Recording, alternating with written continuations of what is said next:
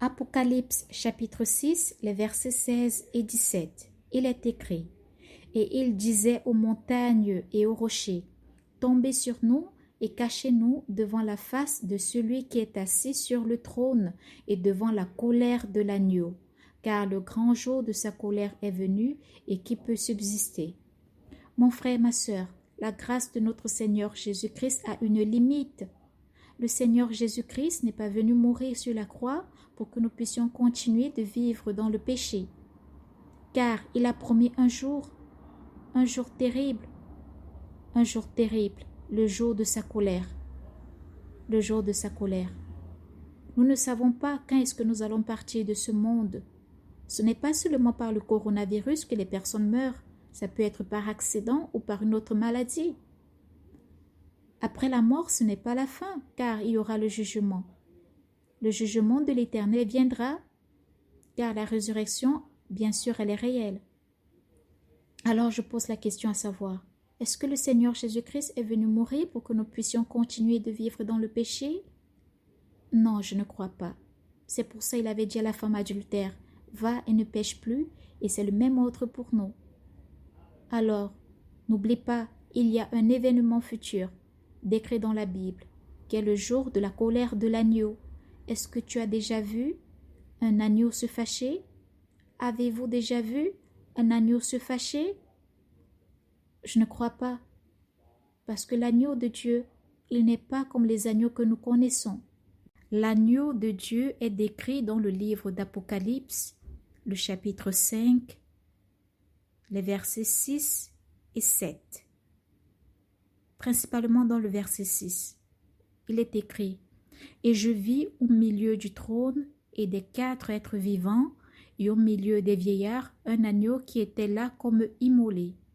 Il avait 7 cornes et 7 yeux, qui sont les 7 esprits de Dieu envoyés par toute la terre.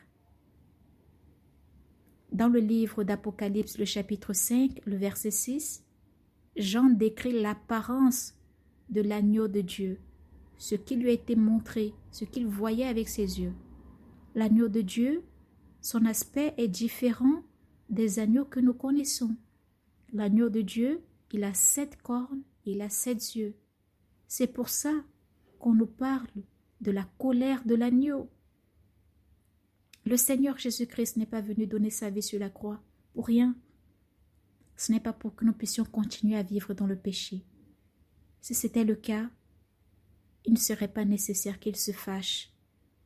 Il ne serait pas nécessaire qu'il puisse mentionner dans sa parole la colère de l'agneau. Contre qui va-t-il se fâcher? Contre qui est-il en colère? Est-ce qu'il est en colère contre ceux qui marchent dans la sainteté? Ou il est en colère contre les rebelles? Alors, mon frère, ma sœur, toi qui te dis chrétien, fais une auto-évaluation de ta vie et prépare-toi pour la venue du Messie, afin d'échapper aussi de la colère de l'agneau de Dieu. Si tu veux recommencer avec le Seigneur Jésus-Christ ce soir, dis: Seigneur Jésus, je reconnais avoir péché. Je demande pardon de tous mes péchés. Lave-moi avec ton sang précieux. Remplis-moi de ton Esprit Saint et guide mes pas dans ton royaume où tu es. Je t'accepte comme mon Seigneur et Sauveur et aide-moi à marcher dans la sainteté. En ton nom puissant, Seigneur Jésus-Christ, je prie. Amen. Très bonne soirée. Au revoir.